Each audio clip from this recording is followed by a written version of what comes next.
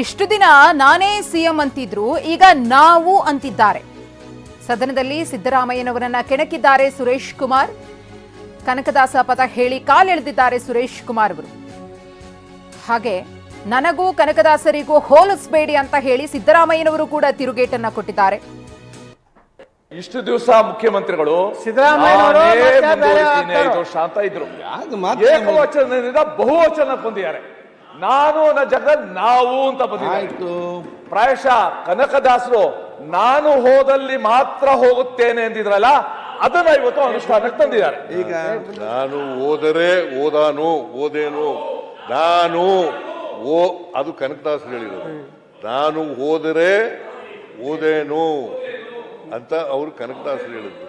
ಕನಕದಾಸರಿಗೂ ನನಗೂ ಕಂಪೇರ್ ಮಾಡಕ್ ಹೋಗ್ಬಿಡಿ ನೀವು. JCB ಪಾರ್ಟಿ ಅವರೇ, ನಾನು ಹೋಗಿ ನಾವು ಆಗ್ತಾ ಇದೀವಿ.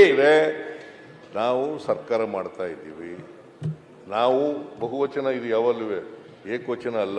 ನೋಡಿದೀವಿ ಸರ್, ಸರ್ಕಾರ ಅಂತಲ್ಲ.